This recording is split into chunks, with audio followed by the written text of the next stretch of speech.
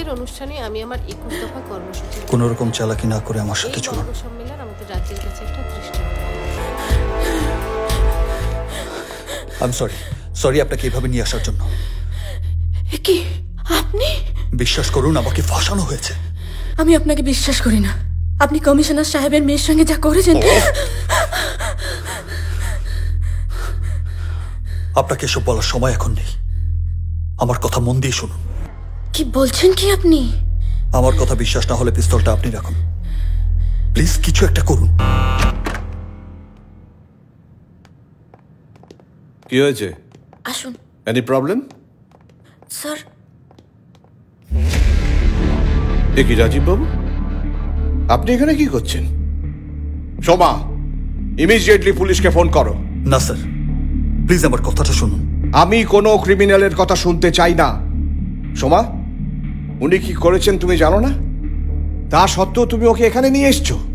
Sir, উনি যা বলছেন তাতে ম্যাডামের সাংঘাতিক বিপদ। অনন্যার বিপদ? কি বিপদ? স্যার, উনি বলছেন যে মিস্টার অভয় সরকার নাকি ওনাকে পাঠিয়েছেন ম্যাডামকে মার্ডার করার জন্য। What nonsense! এসব আপনি কি বলছেন জাতা? অভয় শুধু শুধু এটা করতে যাবে কেন?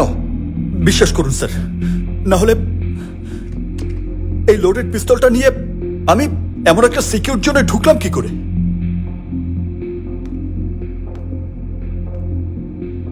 How it's possible? বিশ্বাস করুন স্যার, এখানকার চিফ সিকিউরিটি অফিসাররাও এর সাথে জড়িত।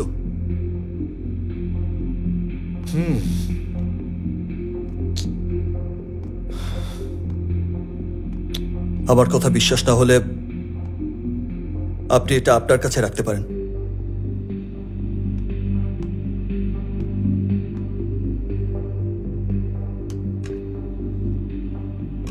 আপনাকে বললো কাজটা করতে আর আপনি রাজি হয়ে গেলেন?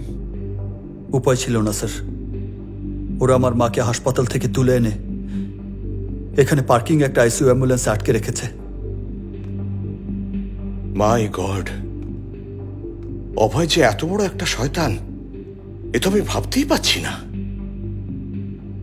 বাই দ্য ওয়ে, সোমা, অরণ্যাকে সব বলেছো তো? না স্যার, উনি তো প্রেস মিটে আছেন, তাই আপনার কাছেই বলতে এলাম। ছি ছি ছি ছি ছি, অভয় এটা কি করলো আমি তো ভাবতেই পাচ্ছি না। ও এত বড় ননসেন্স।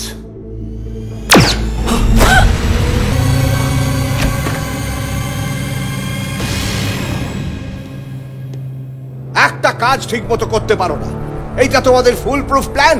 My foot! এখন অনন্যা যদি সব জেনে যেত তাহলে কি হতো? শোনো অভয়, এতদিন আমি তোমাকে সমস্ত ইনফরমেশন সাপ্লাই দিয়েছি শুধু ওই সিএম এর গদিটা পাওয়ার জন্যে। তোমার সঙ্গে আমার এটাই ডিল হয়েছিল যে তুমি টাকা কামাবে আর আমি গদি সামলাবো। আমাকে গদিটা পেতেই হবে অ্যাট এনি কস্ট।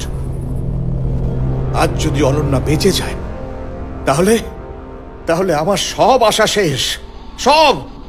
আর আমি সেটা কিছুতেই হতে দেব না, কিছুতেই না।